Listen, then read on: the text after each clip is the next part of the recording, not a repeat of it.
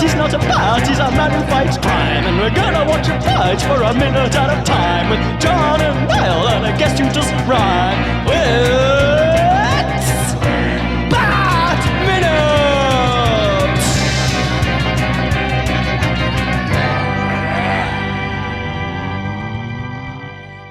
Hello! And welcome once again to another week of Bat Minute Forever, with a podcast where we do an old-fashioned, low-tech analysis of Joel Schumacher's 1995 film Batman Forever, 1 minute at a time. I am one of the hosts, Niall McGowan. And I am your other host, John Parker, and I want all of your secrets. We want all your secrets. That went really Cockney. Oh, that was we call it the bloodening from The Simpsons. That one with the Village of the Damned thing with the I hope Get that a ship Simpsons is reference pie in on your early. pocket. Anyway, this week we're joined by a person who would be very familiar to anyone who's wandered into the Movies by Minutes universe. It is the host of Back to the Future Minute, Spider-Man Minute, The Doctor's Companion, and Cornetto Minute as well. Scott Carelli. Hi, welcome. Thank you for welcoming me. Hi. Hey. Yeah, welcome back. I'm looking forward to, actually, as of recording, the World's End season isn't out. Will it be out when this launches? Is it out soon? Oh yeah, it's out at the on the 30th of March. Oh, I'm excited because, I mean, you probably know, I've probably said before, it is my least favorite of the movies, but I do enjoy it a lot. Mm-hmm. So I'm kind of one of those weird people who's on the fence. I want to know what you're saying about it. Yeah, I'm excited to get that one out there because it is my favorite one. Which is not a popular opinion to hold, but I'm excited to go through it and really show everybody what makes that movie so special.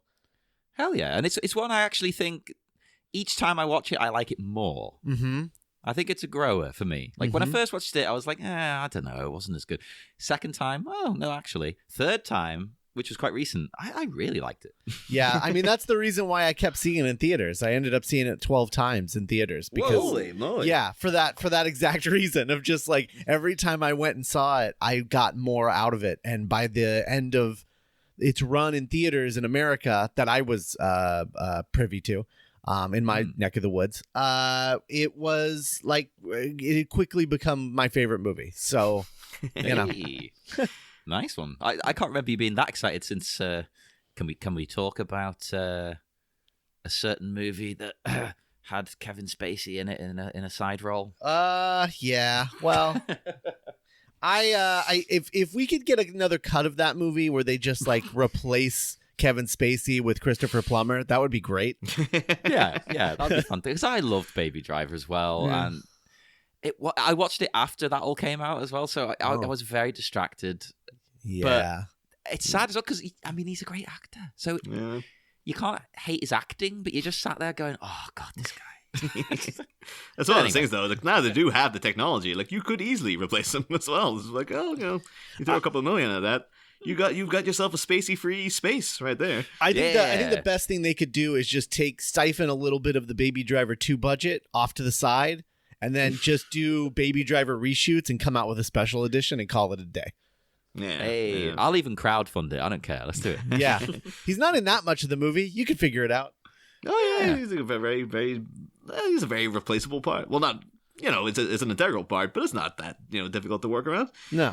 But anyway, today we're here to talk about minute 76 of Batman Forever. Begins with delving into the mind of the Bat, and it ends 1 minute later with Batman making another happy landing. So, on the old slip and slide. So this is the thing.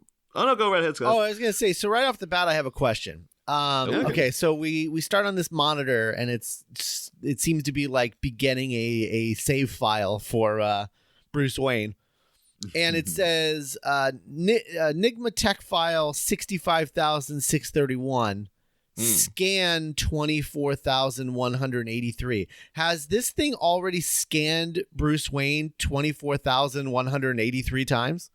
I'm assuming it means that it's the scans of everybody in the city. Because I assume everyone has a box has been, maybe they've retrofitted it, so... Right, but then shouldn't that number be larger than the file number? Because the file number Yes. would be suggesting, like, per person. Like, this is Bruce Wayne's file. So there's 65,000 of those, but there's only 24,000 scans? Yeah, that doesn't make sense. Unless they've, in advance, made a file for each person, and as they scan them, it gets added. Okay. That's really stretching for an explanation. It's weird.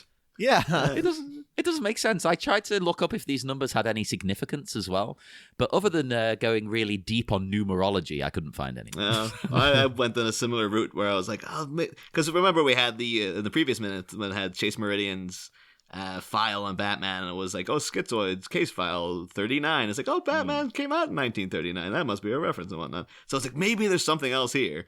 And no. Like, I think I looked up Batman issue 241 because maybe there's something happened there or something. And it contains a story called "At Dawn Dies Mary MacGuffin," which was just a ridiculous title as well. And it really speaks to like, you ain't even trying, Mary MacGuffin. I mean, Jesus Christ! Like, was she married to like Jimmy Plotpoint? Like, who are these characters? It sounds like something you would come up with in our outro. Hey, wait. Got this knife in my back here, John. Do you want it back? Hey, no, I mean it in a good way. Yeah. I also looked up as well that apparently it's on a Trinitron screen. And I was like, maybe this is like a reference to something. But no, Trinitron apparently just was, at this point, like a major, Sony screen that they, apparently it was like a very, very high-tech, very well-regarded screen. So the fact that Edward Nygma has presumably hundreds of these throughout the building means he's very fancy and he's got a lot of money. And apparently it was patent protected up until 1996, so no one could replicate it, basically. And then after 96, patent dropped, and everyone was just making kind of rip-offs of it after that. But at this point, 95, this is top-tier kind of stuff he's got. Yeah, it's probably to show to the eagle-eyed viewer that he's doing so well. Oh, yeah, for sure. For the record, I looked up the cover to Batman 183 just to see in case it came out on February 4th or something. I looked up 183, and it is a cover of Batman who is announcing that he will be staying into the Batcave tonight to watch his own adventures on television, The Adventures of Batman. And in the current climate going on in the world, if it's still happening when this episode comes out, that's good advice. Stay in the cave. Stay in the cave. Robin wants to go out, but Robin's an idiot. Nobody cares about Robin. Go out, Robin. Like, don't go out back. Robbing. Go out Robin. Like the person Robin, not the action of robbing. Go out, Robin. But this thing anyway, it's breaking into Bruce's brain, right? And it doesn't even hide its evil intentions. It literally says that it wants your secrets. Like, everything it's saying is creepy. I think at this point, though, it must be like, because in the previous minute, it did shoot a little like laser beam into his head. So imagine that probably has it's kind of like getting electroshock therapy, where it's just like after this, Bruce Wayne might not remember that this thing was saying, "Tell me your fantasy." Yeah, maybe it's like a numbing thing, and then this like hypnotizes you and you forget it. I imagine like on the outside, like it's projecting some image of Bruce Wayne as like a cowboy running throughout, riding a horse throughout the plains or something. And then when he comes out, he'll remember like, oh yeah, I was a cowboy or something. He won't remember that, this thing was, delving into all the darkest recesses of my mind and whatnot. Although I do really love the music sting, because I guess it turns into a real horror movie music sting for like a split second before we cut back out to the main party. I thought that really did up the ante of just how like dangerous it is that Bruce Wayne's actually in there. Yeah, because it hasn't really done too good a job of getting that danger across in other ways. Because like this whole scene up until this point has felt very weird to me. I don't know, like the way he's tricked him into going in. It felt like they just didn't come up with something decent and were like, I don't know, just come up with any old excuse to get him sat in that chair. It's fine. Doesn't matter. Well, also note, John, just to add in from what we said there last week about like how insanely flirtatious Sugar was on the outside of the booth, and like whether she was just there to try to get Bruce Wayne herself. She wasn't particularly interested in helping the Riddler and whatnot. It actually does say in the novelization they have a little thing where she comes over first and says, "Come inside one with me. You can't imagine what we can do in there." So yeah, and then later on, when Bruce keeps saying to her like, "No," she's just like, "Well, you're lost," and all this kind of thing. So it would seem that she's got her own agenda at this point. So she's like, "Oh, I guess that didn't work. I might as well do this power pack thing for the Riddler like he asked me to do." And then the irony of the whole thing is, the one person who Bruce wants doesn't want him. He wants Chase. Chase wants the bat. Yeah, that is true. Yeah, but that's the thing though, because I do think they missed an opportunity though with because when we got back out into the party, we've got obviously Two-Face is going to come charging in, and but the Riddler, well, Edward Nygma, he's amidst dancing with Chase Meridian.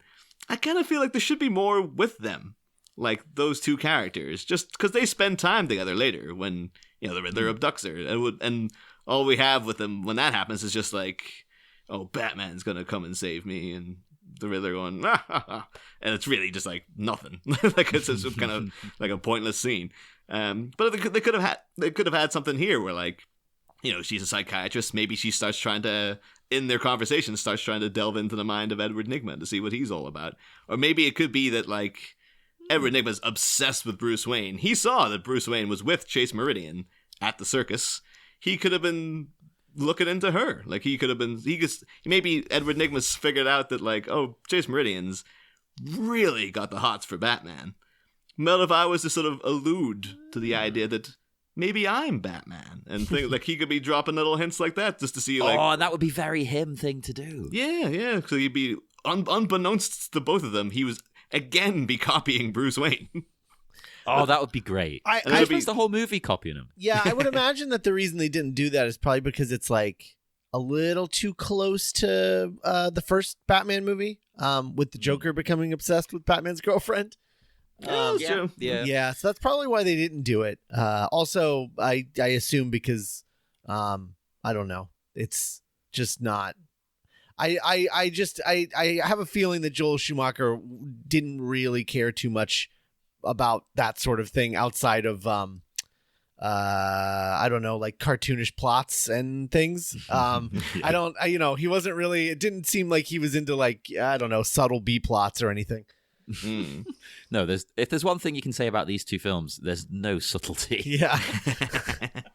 I think I would have liked it though, just for like one scene where he just does it for these couple of seconds, where he's just like, oh well, that night you met me atop Gotham City, the police headquarters with the bat signal, and she'd be like, what? And then, because mere moments from now, Batman's gonna come crashing in through that roof, and Edward Nygma's gonna be standing there, just like, she could just look at him then and be like, I thought you were Batman. And it's just like, well, that's a little kick in the dick for Edward Nygma while he's there. Oh, that would be good. I'd like that. I have to ask Scott, because I know you're a big comic book guy. I don't know if you've been listening to the season prior, but one of the things we ask the guests frequently is that in the original draft of this movie, they changed the Riddler's name from Edward Nygma to Lyle Heckendorf. What would your opinions on that be? Lionel Heckendorf? Lyle Heckendorf. Lyle Heckendorf. Wow. That is quite the name. I don't like that just because I think that's a stupid name, as stupid as Edward Nygma.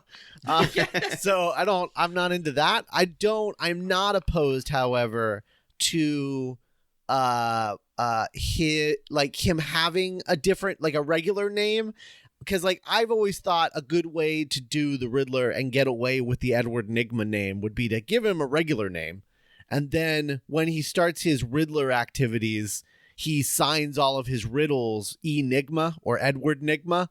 Yeah, and he's like, that's what I want my name to be. And then the press just starts calling him the Riddler, which really pisses him off. Oh, that's what we were hoping. Yeah, like he wants another name. A bit like, what was it we've watched now where there's a guy who he's trying to set up a name for himself and the press give him a different name. It's like a killer or something. Yeah. Oh, well, no, recently it was in Birds of Prey where Was it in that? they keep referring to Huntress as the crossbow killer, and it really ticks her off. At one point, then someone's just like, was just like, oh, what's the deal with the crossbow anyway? She's like, it's not a crossbow, it's a bow and arrow.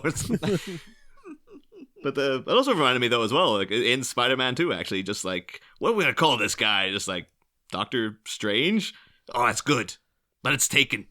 Wait, Doc Ock and all that stuff.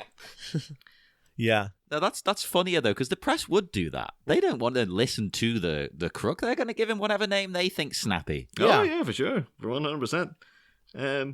Although again, a man who just tends to do whatever he wants and is doing it right now is Two-Face has just bombarded the Edward Nygma box launch party with added spice. Yeah, yeah, things are getting spicy. The Two-Tonne Gang are spicy.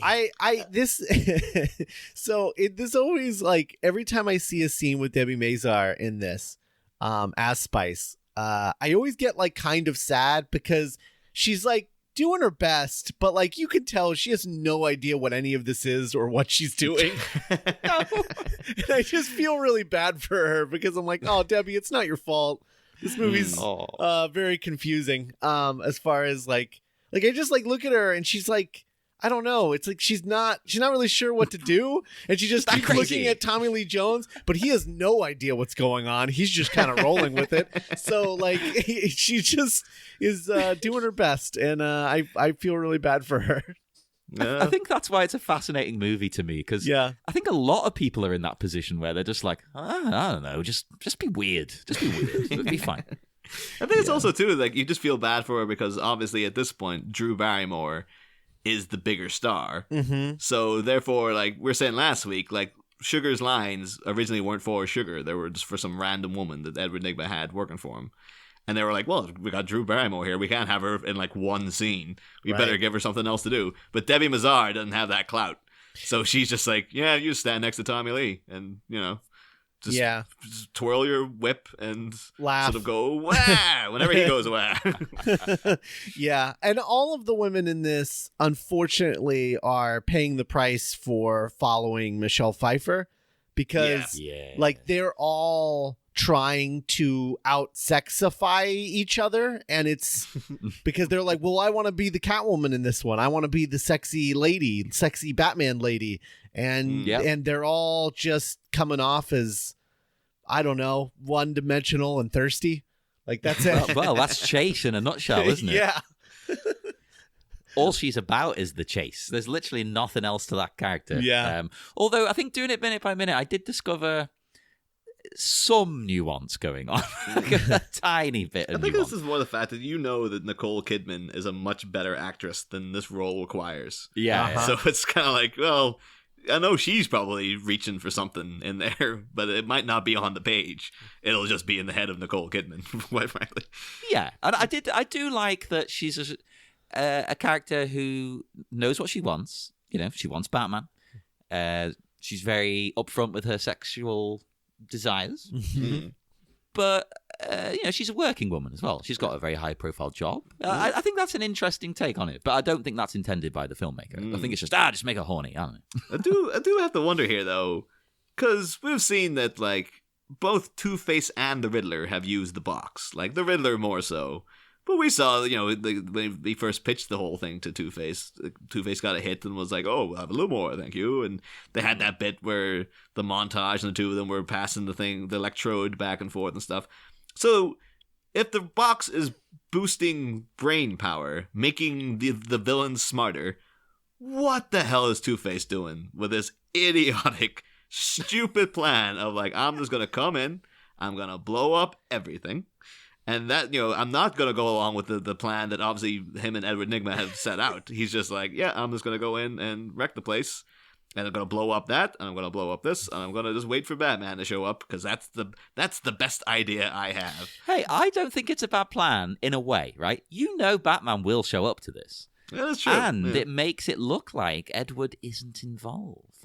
Oh, I think at this point, like, as we'll discover throughout the rest of the week, it's like there is a schism Not only in Harvey Dent's face, but also in the relationship between these two guys. Like, it's kind of weird between them because sometimes they seem really buddy, and other times like. And I would have the thing is I would have preferred had they used the natural animosity between Tommy Lee and Jim Carrey to feed into like maybe Two-Face just absolutely despises this guy and is waiting for any opportunity to get rid of him. And I would have appreciated then too if at the end the Two-Face was somehow double-crossed by the Riddler because he underestimated him.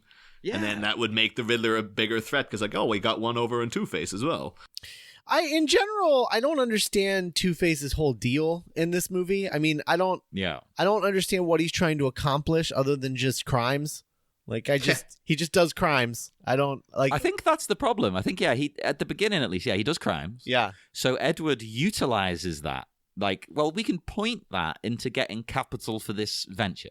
But from Two-Face's point of view, he's just like, yeah, okay, cool. I'll just keep doing crimes. Like, all of his crimes, though, are just a lure for Batman. Like, everything he's done so far is like, I robbed that bank, knew Batman was going to show up. Well, what has he got against Batman? Well, I think it's in that... well, this is a thing. It's fleshed out in the novelization where they have a chapter where Batman has met Harvey Dent prior to the events of the movie. And Harvey Dent at this point was supposed to be retiring. He was like, I'm going to go off and stay with my family. I'm out of this because it's a losing battle in Gotham City and whatnot. Mm-hmm. And Batman's like, if you stay on for one more term, I promise I'll help you turn everything around. And then Harvey's like, well, you go hard after them. They're going to come hard after both of us. And I'm the public face of that. So it's going to be even worse for me. And Batman's like, don't you worry. I'll protect you. And he didn't. Batman was there in that courtroom when Harvey Dent got scarred with the acid, and because of this, he now despises Batman and just blames him for all his problems. Basically, that's really great. I wish any of that was in the movie. Yeah. Although at the same time, would that be as great as it sounded in this film? Well, I don't know. I don't know either, but I wish it was. I wish there was something because I don't. There's nothing to hang on to with Two-Face. I don't know what he's trying to accomplish in general. I guess they just thought like, oh, he hates the Batman and that's enough because this is Batman's a movie for children. Guy. Yeah. But I don't know. But to answer your question earlier, Niall, my no prize answer is that when he uses the brain thingy, the brain plunger, whatever you want to call that thing, it's only feeding the Harvey Two-Face side, not the Harvey Dent side. So it's actually making him crazier.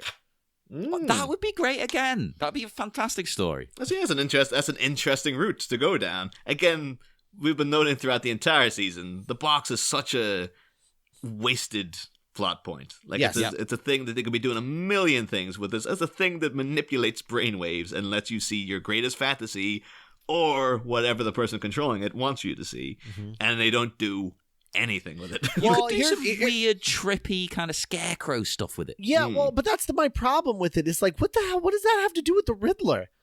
Yeah. It's like Riddler's smart. No sense. It makes him smarter. Like, there you go. Oh boy. God. It's a shame because we've said this a few times, but the seeds of a good movie are here, I think. Yeah. They just at every step take a wrong turn. There's a lot of fun to be had. Yeah, I think that if anyone but Joel, oh man, his name fell out of my brain. Schumacher. There it is. Yeah, if anyone but Joel Schumacher had made this movie, I think it would have been more subtle and a little less cartoonish. Here's the thing, Scott. Like, way back in the beginning of the season, I said, like, oh, I looked into this. I couldn't see any other directors they courted before Joel Schumacher. But now, in weeks since, I've discovered apparently one other director was in talks to direct a third Batman movie, and that director was Sam Raimi. So, would he have had a more subtle touch? Do you think? I think from a story point, yeah, I think that would have been the perfect person for them to get because if you transition from Tim Burton to Joel Schumacher, that is whiplash, of which the world may have never seen before and since.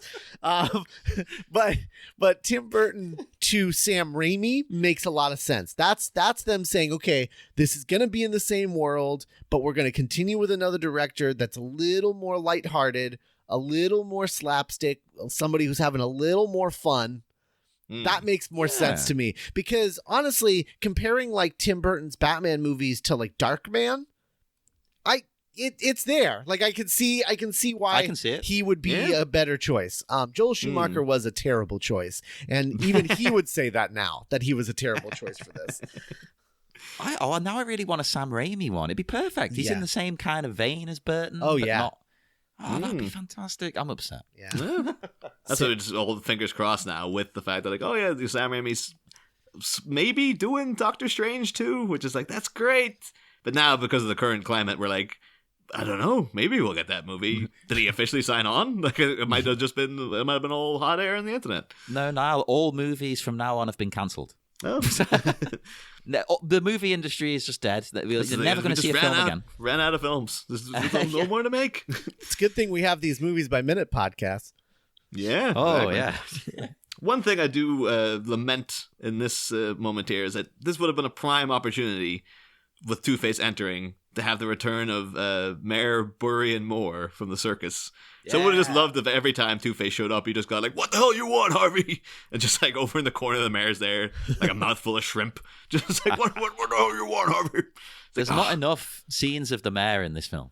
Just again, that one, the impact that he made in that 1 minute he featured in was immense. Like he was voted, he joined with Mayor Borg on the listeners page for favorite mayor of the franchise. He's in 1 minute of the damn thing. Wow, he is great. He made an impact. Why would you not have more scenes of him? I don't get it. Yeah. But as far as I could see, they didn't even film any other scenes, I don't think, with the mayor, really. No. I don't think they realize how much we were going to cling on to the mayor of Gotham as a character. That's what you've got to do when you go through minute by minute in a movie that's very, let's call it divisive. I mean, you guys ain't seen nothing yet. Wait till you do next season. Yeah. Oh, boy. No, but the thing with the next one is everyone acknowledges it's crap. Yeah. But they like it. Whereas this one, some people like it, some people hate it. It's very, like, you'll get people defending it, and then you'll get people just ripping into it. Yeah. Well, talking about things that are divisive, though, is that, like, we've spoken a lot this season about, you know, the controversial reputation of Val Kilmer as a performer. And we've mentioned, albeit briefly, the grumpy reputation of one Tommy Lee Jones, who's in this film. And I've got they ain't even touched the tip of the iceberg with Tommy Lee Jones's behavior. But before we get into that, though, we do have someone, I believe, on the call right now who can defend Tommy Lee Jones to an extent. Because I believe, Scott, you said you've in fact met the Two-Face of this movie. You've encountered Tommy Lee Jones in the wild. I have, yeah. When I was very young, I was a bag boy at a grocery store. And you know, you bag the groceries and you wheel it out for the people. You put it in their trunk. You come back. You do it all over again. When I was living in Florida at the time, and there was a big like celebrity golf tournament that was in the town that I lived in. And so I was working there, and Tommy Lee Jones came in and got lots of groceries, I guess, for his, I don't know, his like bungalow or wherever he was staying. And he came up, and I bagged his groceries and took him out and was like sort of internally freaking out a little bit. As I like got behind the cart and started wheeling it with him, and he goes, "Oh, are you following me out?" And I was like, "Yeah." And he goes, and he was like, "All right, come on, Slick," which was like pretty cool. And then we went out, and he got in the car immediately. He like popped the trunk and then got in the car. And then his girlfriend or daughter, or I don't know, could be either one, was helping me with putting the groceries in the trunk. And I said to her, I was like, wow, he looks a lot like Tommy Lee Jones. And then she just said, that's because he is Tommy Lee Jones. And I was like, oh.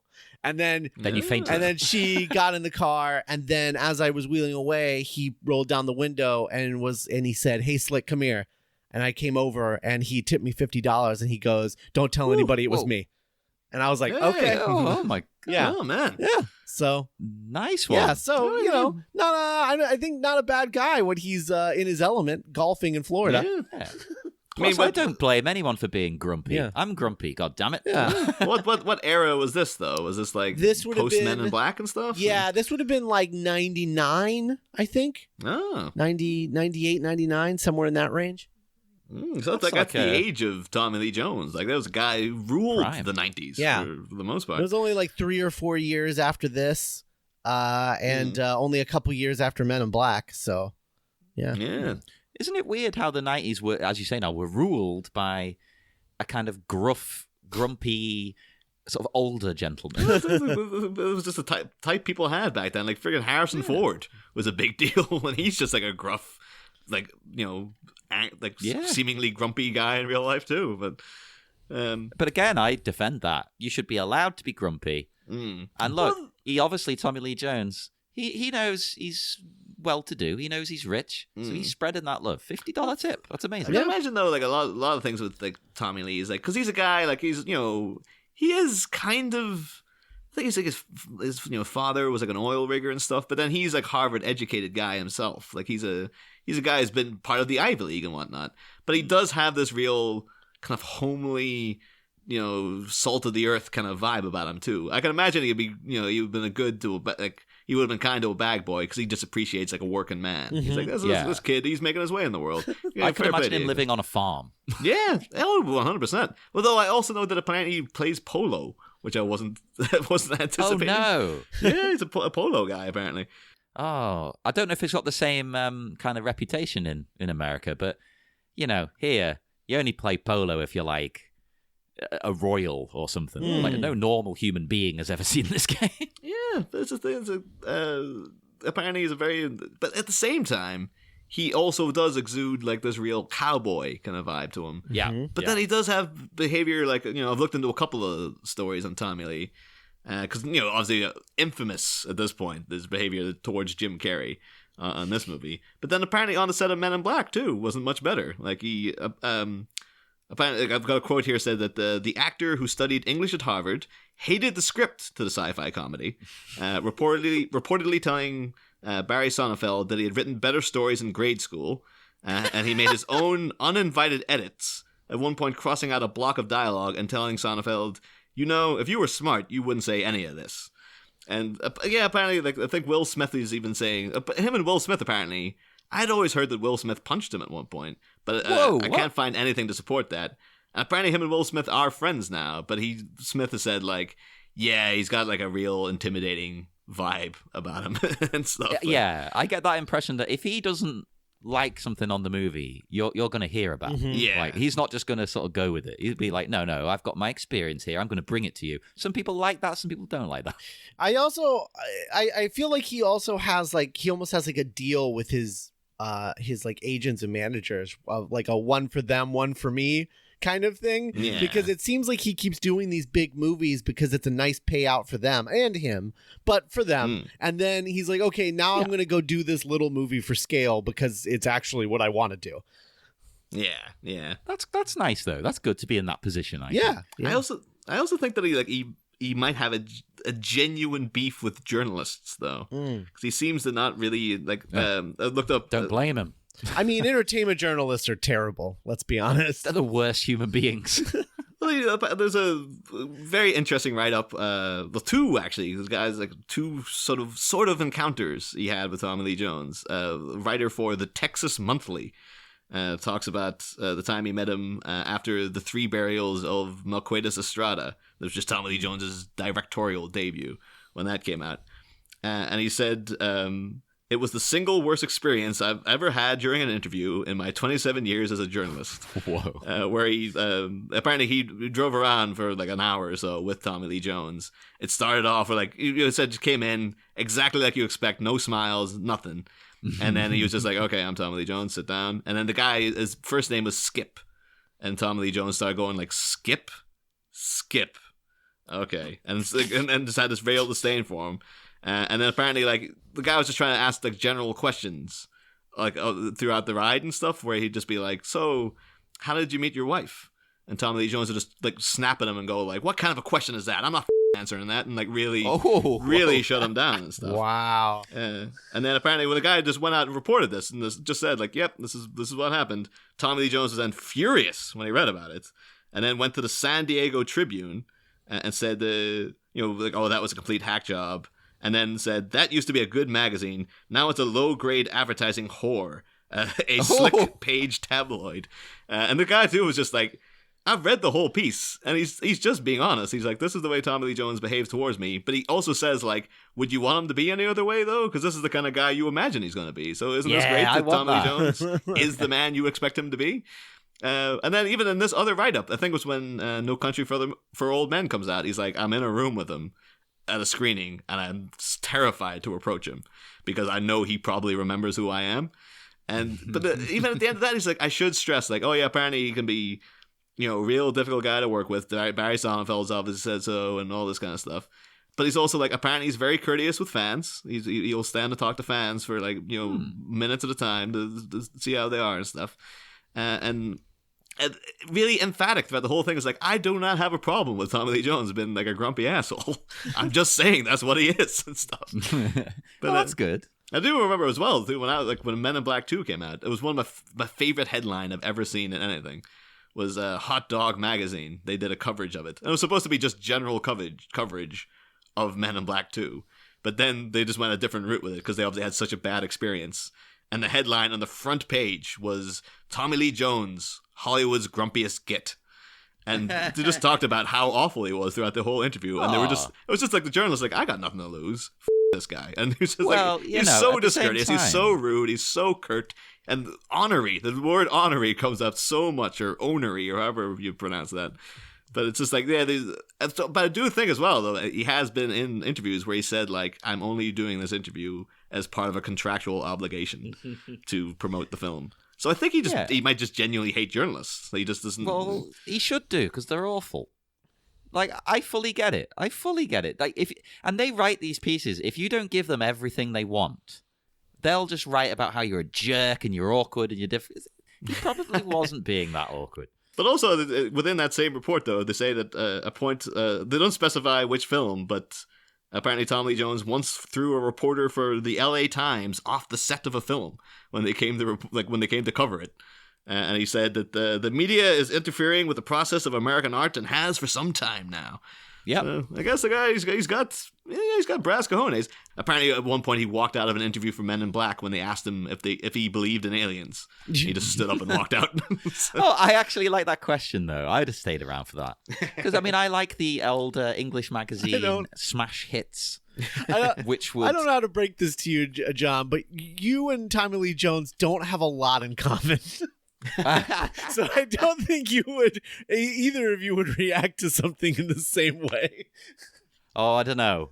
Yeah, you'd be surprised. I'm a very grumpy, miserable person like Tommy Lee Jones. You come into John's house, he's sitting there with his cowboy hat, his jeans, and his cup of straight black coffee. Yeah, that's definitely how I picture John.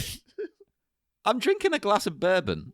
So, I imagine he's a bourbon man.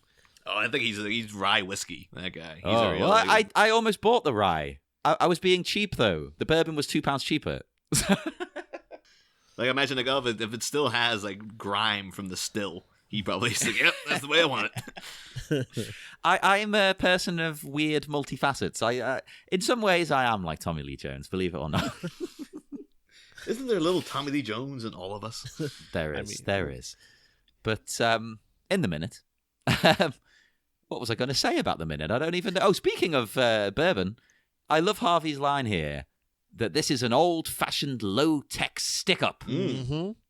And he says that they're interested in the basics: cash, jewelry, cellular telephones. Yeah. It's almost like it's the mission statement of the movie to be like, the crook is just getting back to like a good old-fashioned robbery. Because, the first movie had the Joker with his crazy friggin' poisoning an art gallery and then defacing the paintings as some sort of statement and then poisoning the streets and just been generally, a crazy guy and stuff. And then the second movie, it was all this nefarious power plant dealings with Max Schreck and the Penguin was gonna be Sorry, I'm just thinking fondly of Batman Returns. Fond memories, like, that was a better the same film. time, like Batman Returns, I was just like, oh yeah, the plot line is just like, the all very unique sort of things to these characters, and now Batman Forever is just getting back to like 60s style. Hey, it's just simple. Here's the crook.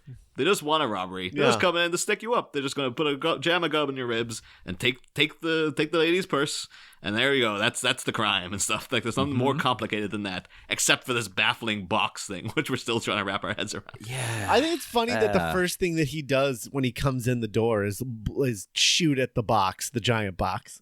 He hates it that much. Yeah. It probably is. Like again, if they emphasize that these two guys hated each other more, that could have been like, yeah, I know that Edward Nygma's very proud of that big stupid thing he's made, so I'm going to shoot it. So yeah, honestly, take it on them. the fact that they're working together, I think, is a dumb idea. I don't know why that was necessary. I mean, like, you even go back to Batman Returns, and there's like those scenes where the Catwoman and Penguin are like, maybe we should work together. And every time I watch it, I'm like, why? You guys don't accomplish anything together. Like, why is this a thing that you guys are trying to have happen?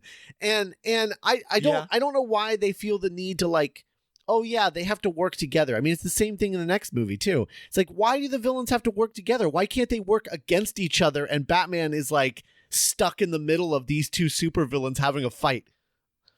Like, see, that would be so much better because the problem, I mean, I don't know what the root of it is, but you know exactly why this movie did it, right?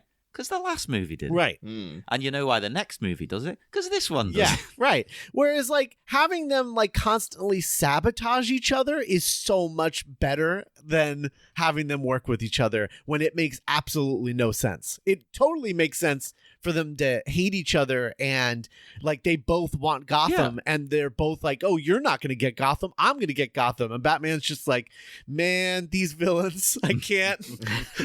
I mean, they just did a big thing in the comics with the war of jokes and riddles. Oh, where, yeah. like, the Joker and the Riddler were, tearing the city apart. Just like, like a kind of a civil war with each other. Yeah. And then just, Batman's in the middle of all this, too. It's like, so it's a perfectly viable plot point to, like, have two major supervillains who just hate each other and are just, like, they don't even care about Batman at the minute. They're just out for each other. And then Batman's like, oh, my God, these two assholes. They won't stop. Yeah. Jesus. The problem is never that there's too many villains. The problem is that when you try to, like, connect the villains in a way that feels unnatural, I think that always tends to be the problem. It's like, you can have a movie with lots of villains. I mean, Into the Spider-Verse proved that. Like, you can do it and nail it. But then when you try to give them each a full backstory and you come up with an excuse for them to be working together because they have to be working together if they're in the same movie, like, that's when you start running out of pages and running out of time. And I always wondered with Batman Returns because Penguin and Catwoman are they're a team for about precisely 5 minutes of that movie. Right. And I do wonder if it was just a thing, like at one point in the draft, they're like, we've got these two characters, but they never interact because there's no reason for them to ever interact with each other. Yeah. So should we have them team up for just like a split second and just be like, yep, so we can have a scene of Catwoman talking to the Penguin? Because then even at the climax of the movie and stuff, like, they never encounter each other there. Like, the Penguin has his climax and he dies, and Selina has her climax with Bruce, where she kills Shrek and stuff. And they didn't even need to meet there. It was so unnecessary to connect the two plot lines. But I think they're just like, Penguin was already planning to steal that Batmobile. So then Catwoman shows up and she's just like, well, I'm here now. Niall, with the amount of times that you said climax, I think you've been hanging out with Chase Meridian a little too much. Hey, watching all these Joel Schumacher movies, man. 200,000 times, apparently, this guy. Well, after the climax of this movie and into the next film, it gets even worse, that, as I think we've brought up before, because, I mean, one of the villains is all about plant life, all about Mother Earth and whatnot. And the other villain wants to freeze everything. Yeah. That doesn't make any sense. None. But yeah, of course, then within the minute, though, Bruce Wayne, he's making a little sharp escape and just goes, again, kind of an old-fashioned... It's really lucky that these booths have emergency exits. Why? How? This place is meant to be on lockdown. How are people escaping? Isn't that even the if they are last Batman? thing that you would want is for those booths to have? If you're Edward Nygma, that's the Yeah. last thing you would want is for them to have an escape plan. Yeah. It's ridiculous. Although his exit is basically the coolest exit I've ever seen. The old slide down the fire escape routine. Yeah. Won't that wreck his shoes, though? Hey, Bruce Wayne, he can afford a new pair of shoes. Well, Like, yeah. what does he care? These are Gucci. He don't care, though. I mean, you got to it's a Batman movie, right? You got to get him to slide down a pole at least once. Yeah, that's true. Yeah, That's true. It's got to be like a little nod to that, right? Oh, it's definitely a nod to that. I mean, this whole Yeah. movie is a nod to that 60s show. Exactly. But anywho, yeah, this season, Scott, in the spirit of Batman Forever, we tend to pose a riddle to the guest on a Monday and see if you get it, then yeah, fair enough. If not, we'll reveal the answer on Friday. All right. And people then can hazard a guess throughout the entire week. So this is Riddle Me This. You have me today, tomorrow you'll have more. As your time passes, I'm not easy to store. I don't take up space, but I'm only in one place. I am what you saw, but not what you see. What am I? The past? Nope. No. Okay. I don't know. I don't know. So- I never get these. I'm the worst. I mean, you're in the ballpark there, but Yeah, your personal can- personal history. I don't know how specific you need it to be. Yeah. Well, should we leave it till Friday and see if people All right. can give it a go on the old Facebook page? We'll mull it over and we'll head off into the dark, dark night. Scott, would you like to tell people where they can find you and your work? Anything to promote coming up soon? Yeah. So I've got go to duelinggenre.com. You can check out all the podcasts that I have on my network. You can follow me at Scott Carelli on Twitter, and maybe check out some stuff that I'm doing. The third and final season of the Cornetto Minute should be happening already as we're talking about The World's End. And if you missed us talking about Shaun of the Dead and Hot Fuzz, those 2 seasons are readily available, so you can check those out as well. And then I have my newest podcast, Theme Park This, which is I'm a big theme park guy, and I got together with Kyle Crane from Pele Media and Jurassic Park Minute and Ghostbusters Minute, along with my friend Brian, and we are talking about we're basically taking any subject and then turning that into a theme park. And that's what every episode is. So it's like any kind of subject. So we've done easy ones like your James Bond, or The Simpsons. We've done an episode on The Simpsons. This is and great. then but then we're also going to do an episode in the future about the General Mills cereal mascots. So it's lots of things. It's anything and everything. We're doing an episode about My Chemical Romance. And so we're just trying to do we're trying to balance it between fun stuff that everybody recognizes and also hyper specific stuff that anyone would see and think, how in the world are they going to do that? How could they possibly turn that into a theme park? And we're going to do it. So that's Theme Park This. So check that out. I have other stuff too, but I'll plug those throughout the rest of the week. Yeah. Oh my God. This sounds amazing. I need to, because the UK is very crap when it comes to theme parks. Yeah. We don't really do them properly. Yeah, you have like Alton Tower, right? Or Alton Towers. Yeah. And a couple of other things. Our theme parks are they're pretty much just like roller coasters. Whereas, so I assume that's a theme park. But when I see the ones in America, you've got all kinds of stuff going on. Yeah, that's not actually really a theme park in my estimation. Things like Six Flags and Alton Towers are not theme parks. They're amusement parks. Because see, we don't have the distinction. Yeah, because there's no theme to them. They're just a roller coaster. You can call it Batman the Ride all you want, but it's just a roller coaster, and it doesn't have a story or anything like that. So to me, that's not a theme park. That's just an amusement park. I think the only proper one with a theme and stuff I can think of is that Harry Potter one. Yeah. What else? Niall, can you think of any? No, I've never really been into theme parks or even amusement parks, quite frankly. So I'm. Well, I think you'd like the theme park that Scott's talking about. I don't know. Like I'm adverse to crowds, so the whole concept of a theme park to me is just like you go stand around with people and stuff, and like I was like Cartman in that one episode of South Park where he buys his own theme park. And he just gets to just go and everything whenever he wants. Oh, yeah. I'd love that. That would be amazing. But that would be the only circumstance under whether I'd be like, yes, I'm going to pay to stand in a queue for half an hour to get into a thing and stuff. It's just not my way, baby. Yeah, it doesn't. Well, it doesn't really work like that anymore. That's an old trope. You don't. You get in line. You save your place in line in the app, and then you come back when it's time to ride. That's amazing. Yeah. Oh, see, we need all this here. England's crap.